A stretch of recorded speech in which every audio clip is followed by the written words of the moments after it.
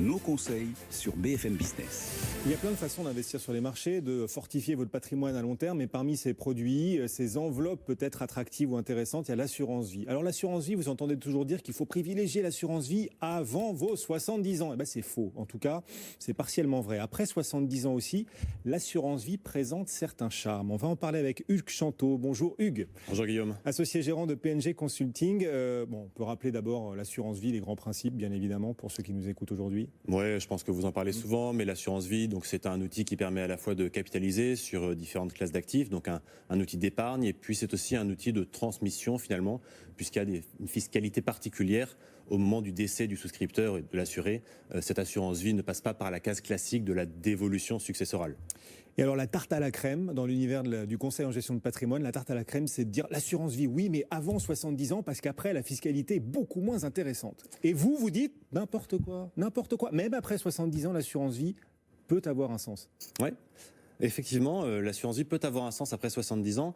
Alors, rappelons tout de même que avant 70 ans, en effet, on a des abattements en matière de transmission qui sont très intéressants, très avantageux. Si vous voulez, vous pouvez transmettre avec une assurance vie jusqu'à 152 500 € par personne, sans aucun droit de succession. Donc, si vous avez 1 500 000 € sur un contrat d'assurance vie, il y a 10 personnes qui peuvent bénéficier de 152 500 € sans droit de succession. Au-delà, jusqu'à 852 500, c'est seulement 20%. Et après, on a encore un taux qui est relativement attractif. Donc oui, avant 70 ans, c'est intéressant. Mais après 70 ans, les choses changent un peu puisque on passe de 152 000 € par bénéficiaire, donc par personne à qui on attribue, à 30 500 € de primes versées, tout bénéficiaire confondu. C'est-à-dire que l'abattement qui était de 152 500 par bénéficiaire passe à 30 000 et quelques pour tout le monde. Donc c'est beaucoup moins intéressant après 70 ans. Donc c'est beaucoup moins intéressant après 70 ans. Sauf si on l'utilise de manière intelligente. Parce que je rappelle tout de même que ce que j'ai dit, c'est 30 500 € de primes versées qui sont exonérées.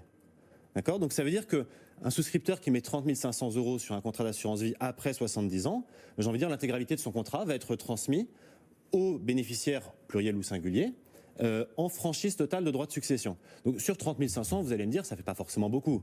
Ok, mais un épargnant aujourd'hui qui aurait 70 ans, ou une épargnante de 70 ans aujourd'hui, son espérance de vie c'est 18 ans. En 18 ans, sur un rendement à 3%, mettons, si elle investit 1 million d'euros, elle aura 1 700 000 € au bout de 18 ans, au moment de son décès. Ça veut dire qu'elle va transmettre 700 000 € en franchise de droit de succession.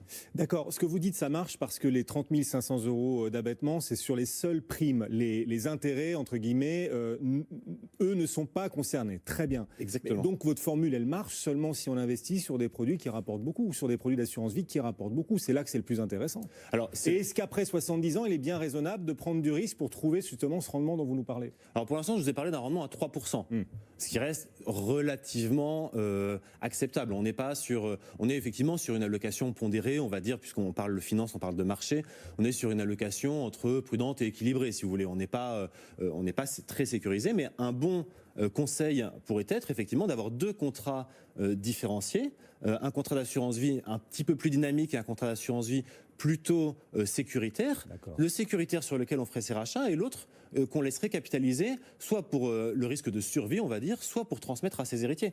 Puisqu'effectivement, on a là une vraie stratégie sur les contrats d'assurance vie après le 70e anniversaire. Et partir bille en tête sur un contrat de capitalisation en disant oui, après 70 ans, l'assurance vie, ça vaut plus le coup, etc., comme beaucoup font finalement, ça peut être une erreur. Donc vous dites, premièrement, c'est intéressant l'assurance vie, même après 70 ans, parce que quand même cet abattement de 30 500, il y a un certain nombre de Français qui le prennent, on est bien d'accord. Déjà. Et par ailleurs, si vous vous débrouillez bien, si vous distribuez bien vos différents contrats, ce contrat abondé à plus de 70 ans peut avoir du sens. D'un côté, avant 70 ans, vous privilégiez les contrats d'assurance vie qui rapportent peu, et c'est ceux-là que vous abondez éventuellement, et après 70 ans, ceux qui rapportent beaucoup. Ça peut être ça l'idée, le bon panachage. Alors ça peut être l'idée, bien entendu, dans le respect du profil de risque, non mais il faut prendre les précautions tout de même, on n'est pas là pour faire de la vente de placement, on est là pour écouter les besoins aussi des épargnants, et c'est vrai qu'on ne fait pas n'importe quoi juste pour se dire j'ai une carotte quelque part. J'écoutais tout à l'heure, vous parliez d'investissement immobilier, de Pinel, etc. Voilà, on n'est pas là juste pour prendre une carotte fiscale, il faut faire ça dans le respect justement, enfin en bonne intelligence entre guillemets. Bon, et pourquoi tous vos confrères nous disent après 70 ans ça n'a aucun intérêt? Pourquoi tout le monde dit cela? Ils ont un intérêt à dire ça? Pourquoi est-ce que c'est devenu la tarte à la crème du conseil de dire Après 70 ans, l'assurance vie, c'est fini. Alors il y a deux raisons. La première raison, c'est que d'abord c'est plus simple. Parce que essayer d'expliquer à un client qui a 75 ans que si l'article 757B du Code général des impôts ne s'applique que sur les primes versées, donc si, etc., ça commence à être compliqué. Donc plutôt glisser un petit contrat de capitalisation, ça peut être plus facile. Et puis, dans un deuxième temps, ça ne s'applique pas à tout le monde aussi. Je vous ai parlé d'un exemple tout à l'heure d'une dame de 70 ans qui aurait 1 million d'euros à placer. Voilà, on est tout de même sur des montants qui sont assez importants et qui ne concernent pas la majorité des Français. Certes. Et puis vous basiez votre exemple sur l'espérance de vie. Quand on investit à 70 ans, on a encore, quand on est une femme en bonne santé, 18 ans en moyenne d'espérance de vie. Voilà, mais ça reste un aléa et donc ça, tout l'argument repose sur cet aléa malgré tout. Vous parliez justement, et on parlait ensemble de ces contrats d'assurance vie, 3% de rendement, parfois plus, qui parviennent à faire mieux que les fonds euros. Il y en a beaucoup, c'est grâce aux unités de compte et à l'investissement en bourse par l'assurance vie. Est-ce que les unités de compte, on a vu que la bourse attirait de plus en plus de Français depuis le début de cette crise, est-ce que les unités de compte en profitent? Est-ce que la proportion d'unités de compte dans les contrats d'assurance vie est en train de progresser en France parce que les Français auraient peut-être vu une opportunité dans la crise boursière? Alors, le pourcentage d'unités de compte augmente en France, oui. J'ai envie de vous dire pour deux raisons, je vais y venir. Et puis, est-ce que c'est le côté crise boursière? On manque encore peut-être un peu de recul, mais je vais prendre le temps de vous répondre aussi. Alors oui, les contrats d'assurance vie voient leur part en unités de compte augmenter pour différentes raisons. La première des raisons, c'est que le fonds euro ne rapporte plus rien. Vous savez, dans un contrat d'assurance vie, on peut mettre du fonds en euros qui est garanti en capital par l'assureur, et puis des unités de compte plus diversifiées, plus risquées.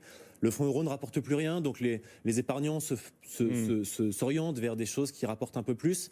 Ils y sont aussi parfois incités, poussés. Certains assureurs interdisent de mettre une souscription intégralement en fonds euros, ou en tout cas obligent à diversifier en partie avec les unités de compte. Donc, ce sont les deux raisons qui poussent effectivement les épargnants à aller sur ces fameuses unités de compte. Est-ce que la crise boursière a eu un impact?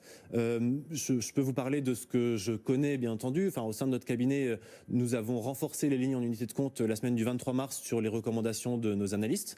Force est de constater que ça a été le bon timing, mais effectivement, on est passé dans nos allocations de 47% d'unités de compte à 54% d'unités de compte avant la crise, après la crise. Vos clients aiment le risque quand même, parce que 54% d'unités de compte, c'est plus que la moyenne en France. C'est combien? 30% d'unités de compte dans les à peine. Mais il faut voir deux choses aussi. La première des choses, c'est que c'est quelque chose qui est géré, donc c'est vrai qu'on y prête de l'attention. Et puis les unités de compte, vous le savez, une unité de compte peut avoir un risque de 1, ou de 2, en tout cas, c'est-à-dire très peu de risques. On peut avoir des unités de compte qui sont peu risquées. Un fonds monétaire qui ne rapporte rien, voire qui vous fait perdre un peu d'argent tous les mois, est une unité de compte. Unité de compte ne veut pas forcément dire boursicotage, etc. C'est vrai. Et parfois, le fonds euro lui-même détient des actions.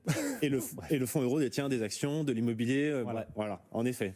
Hugues Chanteau, voilà, c'est toute la panoplie de l'assurance vie que vous nous avez permis de découvrir et d'explorer un peu plus en profondeur. Hugues Chanteau, associé gérant de PNG Consulting Group, avec nous cet après-midi sur BFM Business. Bon retour. Merci, le CAC 40.